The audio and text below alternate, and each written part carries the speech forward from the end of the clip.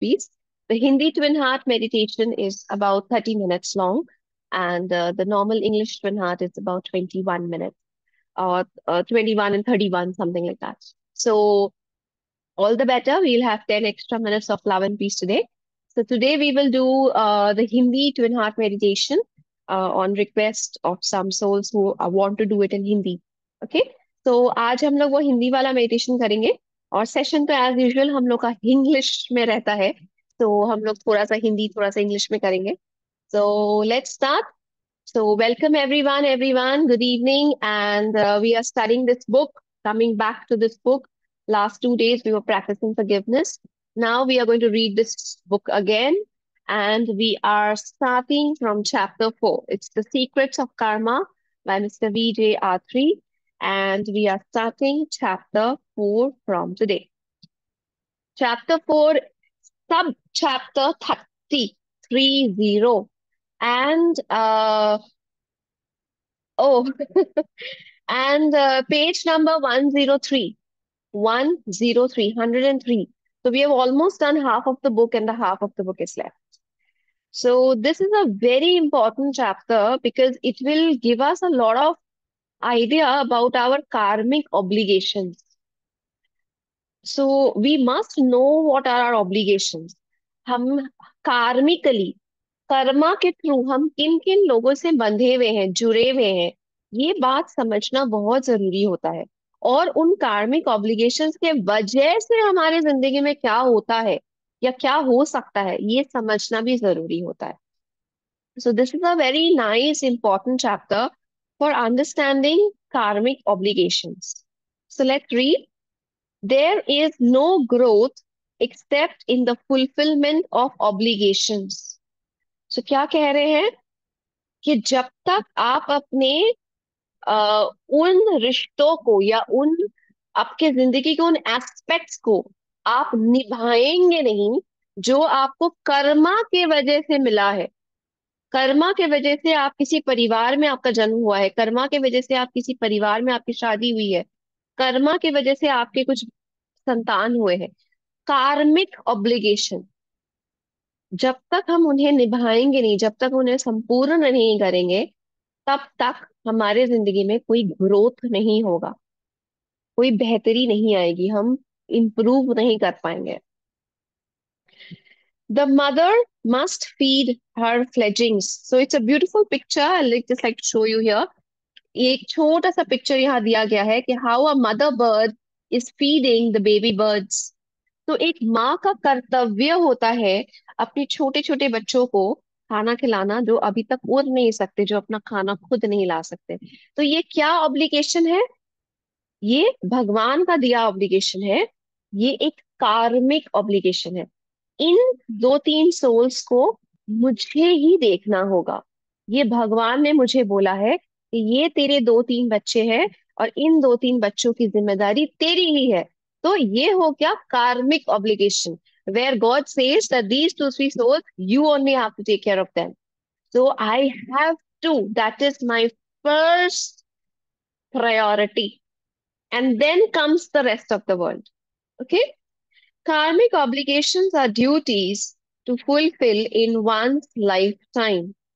More than just doing what is needed, fulfilling your obligations with love and devotion is the way to finding lasting peace, joy, success in all levels of your life. Do you not know that your body is a temple of the Holy Spirit? Saint Paul. So our body is the temple of the Holy Spirit. यानी हमारा शरीर हमारे आत्मा का मंदिर है. हम कौन है?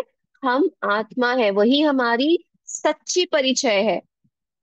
क्योंकि इस जन्म में कुछ सालों के लिए, 60 70 80 90, चलो 100 साल के लिए, मैं प्याली घोष हूँ, एक औरत हूँ, इस फिजिकल बॉडी में हूँ, इंडियन हूँ, हिंदू हूँ, बंगाली हूँ, जो भी हूँ, मैं 60 70 80 90 100 साल के लिए हूँ.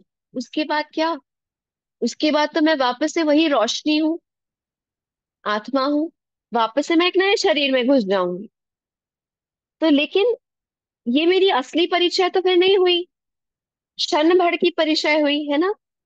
असली परिचय क्या है? मैं वो रोशनी हूँ, मैं वो आत्मा हूँ, वो मेरी रियलिटी है। That is my permanent address, that is my permanent Aadhaar card, that is not going to change, that is my permanent identification that will not change in any incarnation. I the soul will remain I the soul, but this body is going to change. Maybe next incarnation I will be in a male body. I will be born in Russia, Japan, China, USA, Korea, Antarctica. I don't know. I will be shorter in height, fatter in body, or anything. So that is not my identity for a very long period of time. So the first obligation is toward self, karmic obligation towards oneself. This is the most important and perhaps the least understood. ये सबसे ज्यादा जरूरी है और शायद हम इसे ही सबसे कम समझते हैं। इसलिए I keep on running after self love, self healing, self self self self. So let's read and let's understand. You are a spiritual being in a human embodiment.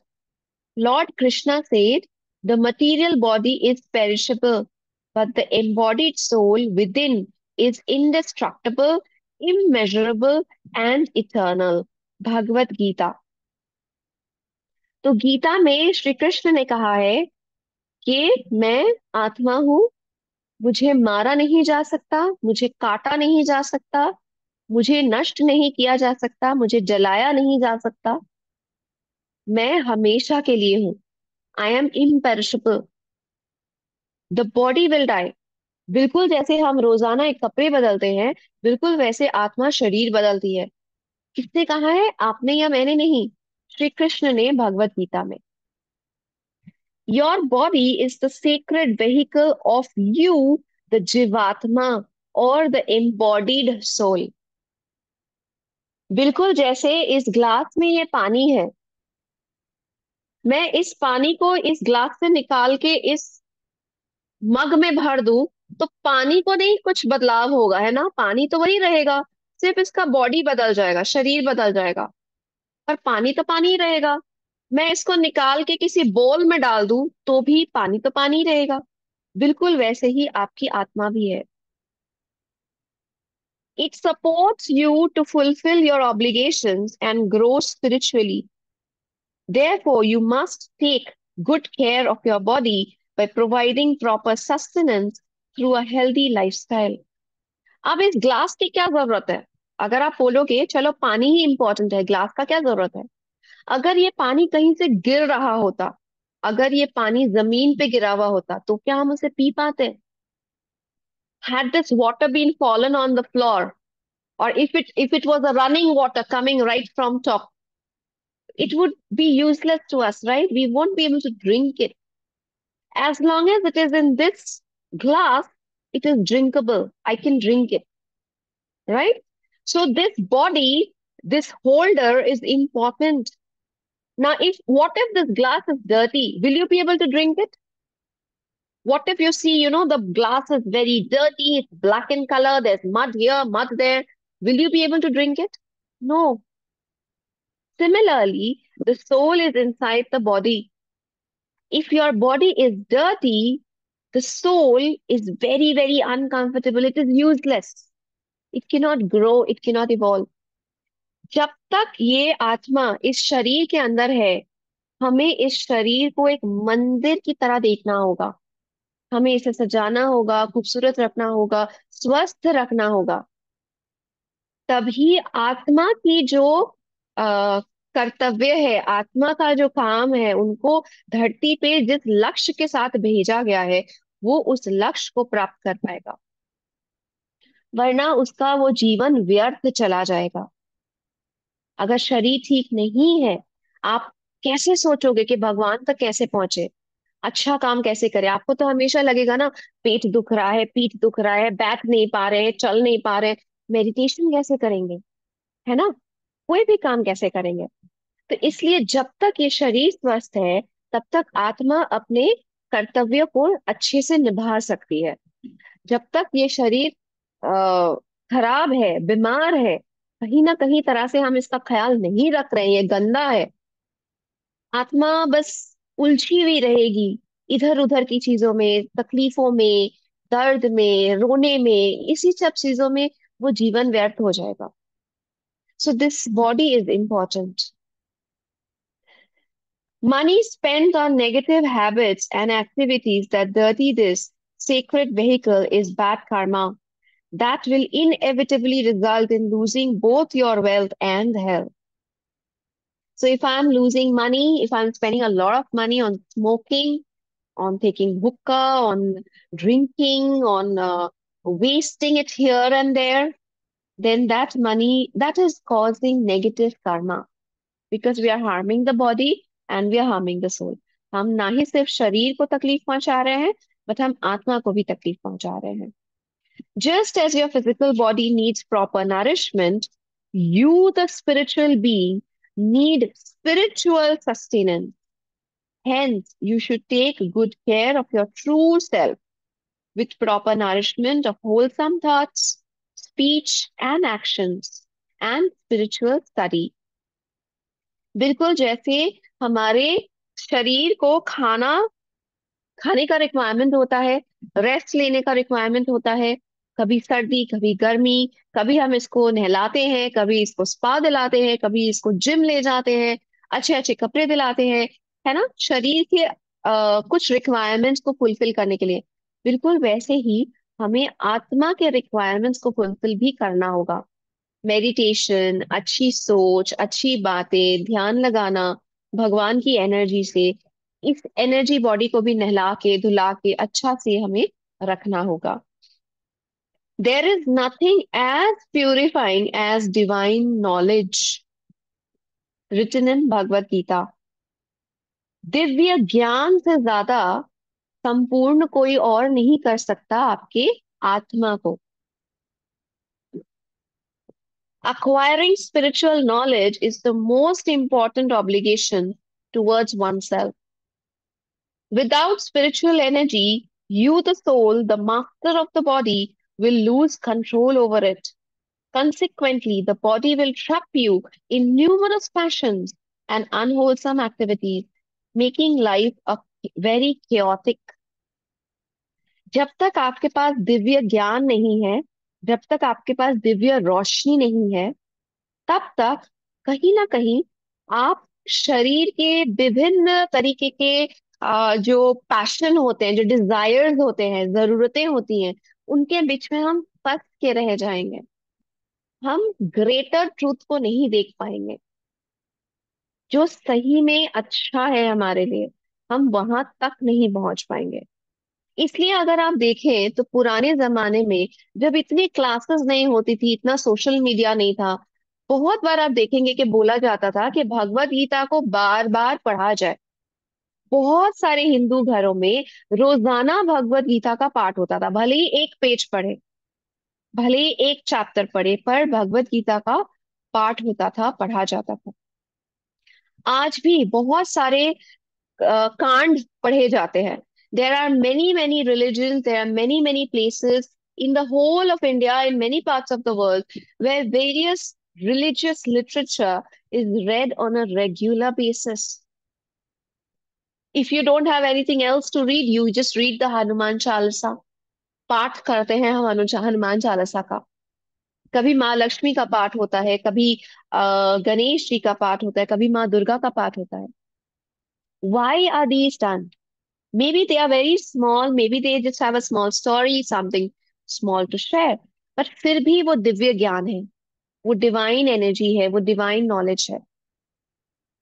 इसीलिए कभी कभी किसी किसी ओकेशंस पे इन सब चीजों को दोहराया जाता था। May be this is the 10th or 11th or 12th or 15th time you are reading the Gita. Does not matter, but still you have to read the Gita. But these traditions have gone away because our life has become very, very hectic. अब social media ने take over कर लिया है। अब हम गीता पढ़ते तो हैं पर रील्स के थ्रू। गीता की कहानियां सुनते तो हैं, पर फेसबुक में या इंस्टाग्राम में छोटे छोटे रील्स के through. So things have changed, lifestyle has changed. धीरे धीरे जमाना बदल रहा है, लोग बदल रहे हैं, पर नॉलेज फिर भी वही है। हमें सोचना होगा कि हम किस तरह से उस नॉलेज के साथ जुड़े रहें। जैसे ये छोटा सा सेशन ही सही, 4:30 से 5:30, अगर हम अब ये डिसाइड कर रहे हैं, because almost every day we are here, right? कभी कोई एक जन नहीं आते हैं, कभी कोई दो जन नहीं आते हैं, तो कभी कोई दो जन नए आते हैं, बट मोटा मोटी we are here. What are we doing? We are dedicating that 1 hour of our day or half an hour of our day to some spiritual knowledge, जिसमें हम कोई नेगेटिव बातें नहीं करते हैं, हम पॉजिटिव बातें करते हैं, हम कुछ लेसन सीखने की कोशिश करते हैं, हम कुछ पढ़ रहे हैं, हम मेडिटेशन कर रहे हैं, भगवान का नाम ले रहे हैं, something positive. It is like a satsang, it is like something which you are doing it a different way also. So this is very very important. और ये जो काम हम कर रहे हैं ना, ये आधा घंटा 1 घंटा, ये शरीर के लिए नहीं कर रहे हैं, ये आत्मा के लिए कर रहे हैं। ये हम आत्मा को खाना खिला रहे हैं। This is the daily recharge of the soul. So karma and suicide, I think this is a very common question which many people have.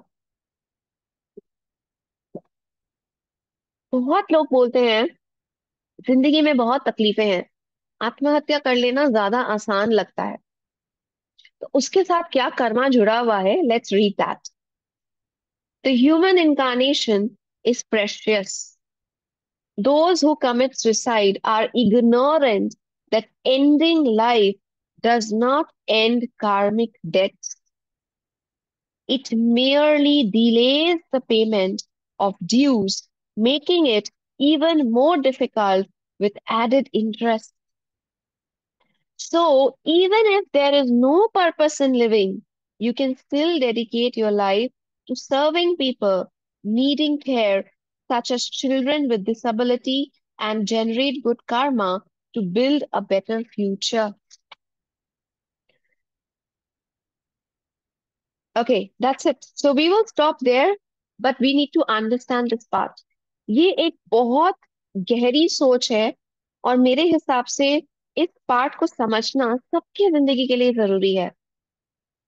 बहुत बार स्पेशली जब मैं काउंसलिंग करती हूँ, तो 10 काउंसलिंग में एक दो काउंसलिंग तो पक्का मुझे ये बोलता ही है कि जिंदगी इतनी खराब है, इतनी तकलीफदायक है, कभी कभी लगता है कि बस खत्म कर दे इसे, प्रॉब्लम ही सॉल्व। क्यों जी रहे हैं? What's the purpose of living? Why am I living for? There are many elderly people who say that, like, I don't have any more responsibilities on earth, my children are all grown up, why am I living, for whom am I living? My body is not well, I'm suffering. तो किसके लिए जी रहे हैं? एक certain उम्र के बाद बहुत सारे लोगों को ये ख्याल आता है। कितने सारे लोग जिनके बच्चे उनको ओल्ड एज होम में डाल देते हैं वगैरह, वो तो डेफिनेटली ऐसा सोचते हैं, किस खुशी में जी रहे हैं, क्यों नहीं सुसाइड कर लेते, क्यों नहीं चले जाते? द ट्रूथ इज कि आपके कर्म में जितने दिन लिखे हैं, उससे एक पल भी आप कम नहीं जी सकते। अगर आप एक पल भी कम जी के चले जाते हो, उस एक पल की भी भरपाई आपको अगले जन्म करना होगा। एंड एक और बड़ी सच है, जो सच बहुत लोग नहीं जानते हैं। हम इस जन्म को जिस पोजीशन, जिस हालत, जिस जगह छोड़ के जाएंगे, अगला जन्म मोटा मोटी उसी पोजीशन, उसी जगह, उसी सब चीजों के साथ शुरू होगी। Just we do accounting, we have an opening balance and we have a closing balance every single year. You cannot change the closing and opening balance, right? If you have a closing balance of 1 lakh 1 rupee, then exactly your opening balance in your next year, financial year, will be 1 lakh 1 rupee. You cannot cut that 1 rupee, right? People who know accounts, बिल्कुल यही सच आपकी जिंदगी में भी है। This is the truth of your life. If today, God forbid, I die with a sick body, Next incarnation, I might get birth with that same physical disability. And or my body will be made in such a way that eventually I will land up having those same difficulties and disabilities as my body grows older. If I die with a lot of hatred in myself, I will be born next incarnation with those hatred energies.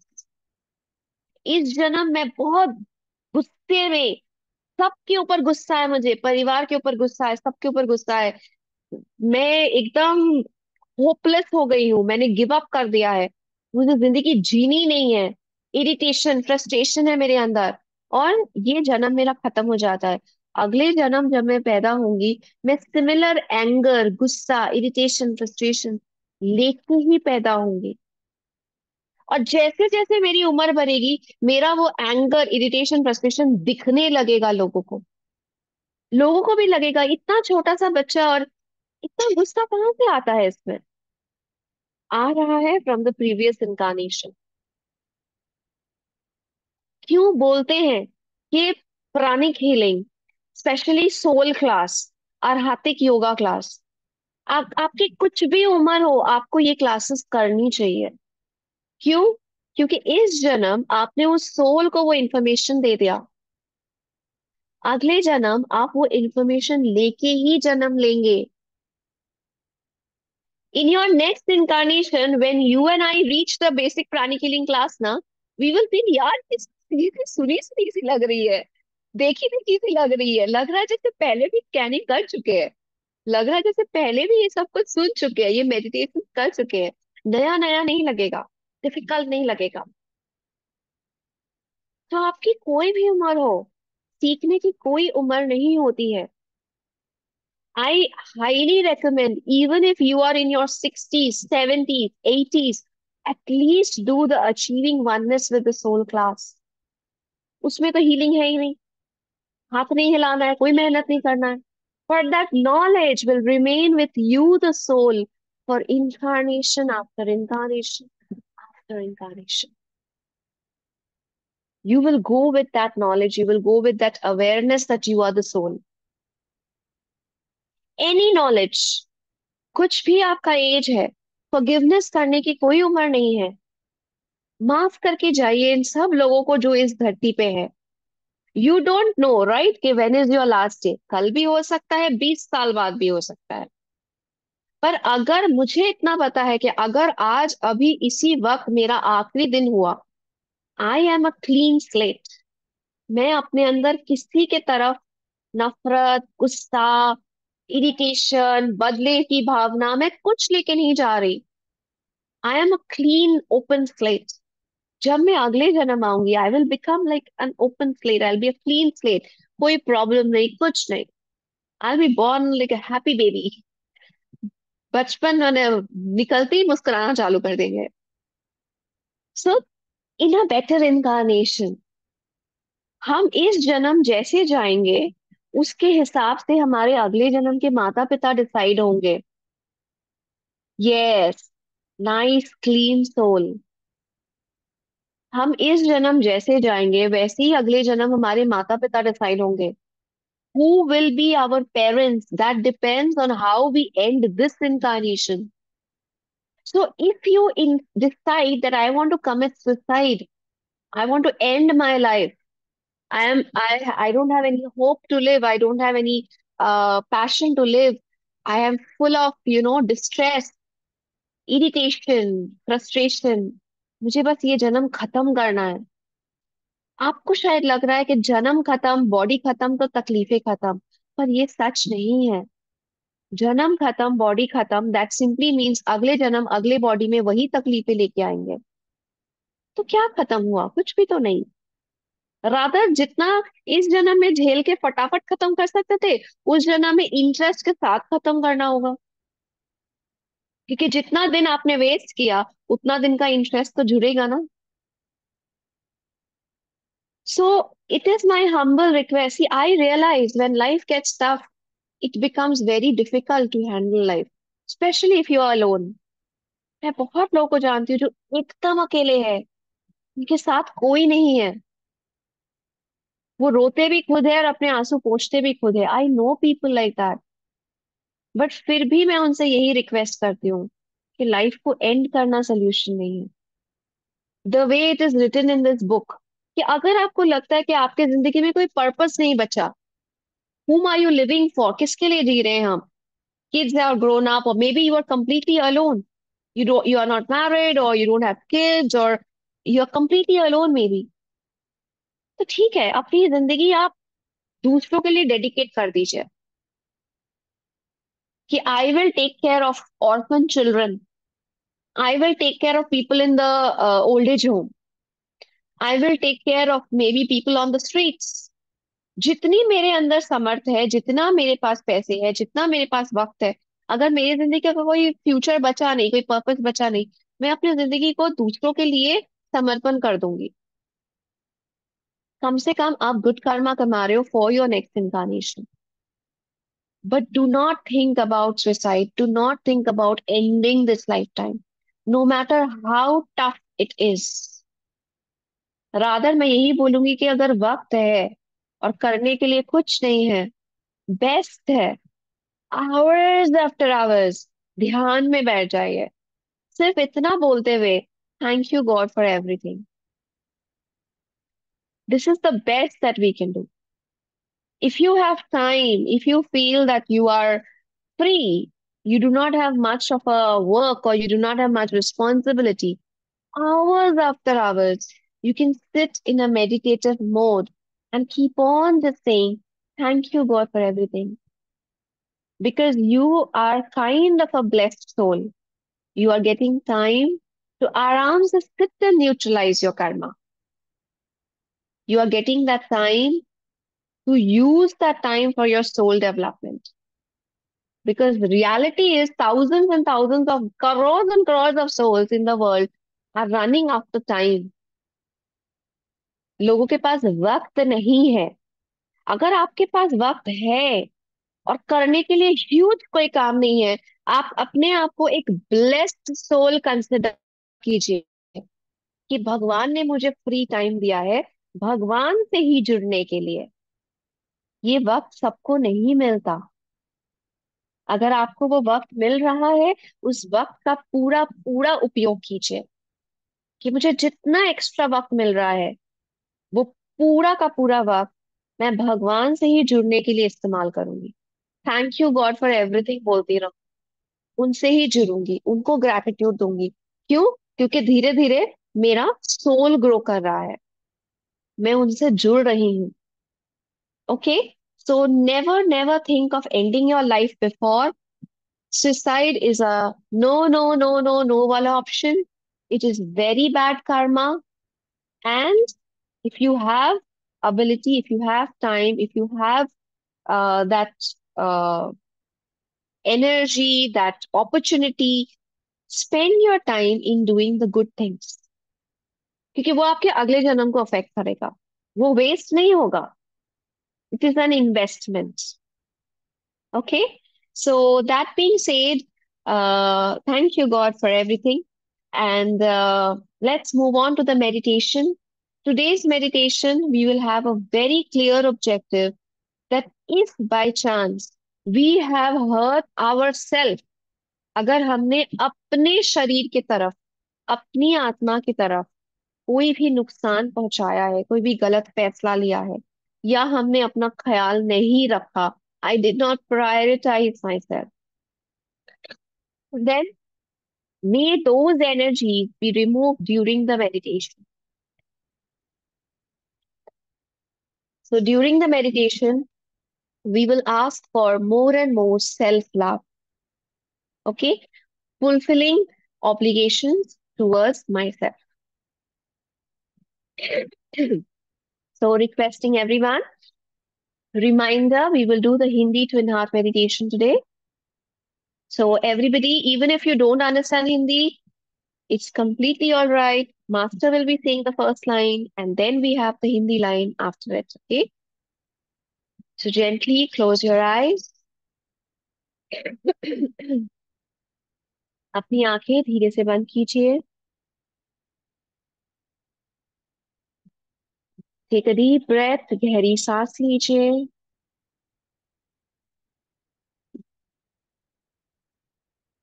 Together, let us invoke. May the beautiful energy of the twin heart meditation today remove any and all negative energies towards self hatred, self injurious energies, lack of self love. May all these energies be removed from us today. And may God and Guru bless us with tremendous energies of self love, self care, and help us fulfill obligations towards ourselves. We are all super, super receptive to the energy of the twin heart meditation. इस meditation के दौरान जो दिव्य रोशनी, दिव्य प्रेम और दिव्य शक्ति हमारे अंदर आएगी, वो हमें बहुत सारा प्रेम, बहुत सारी खुशियां हमारे खुद के लिए लेकर आएंगी. Thank you God for everything. So B it.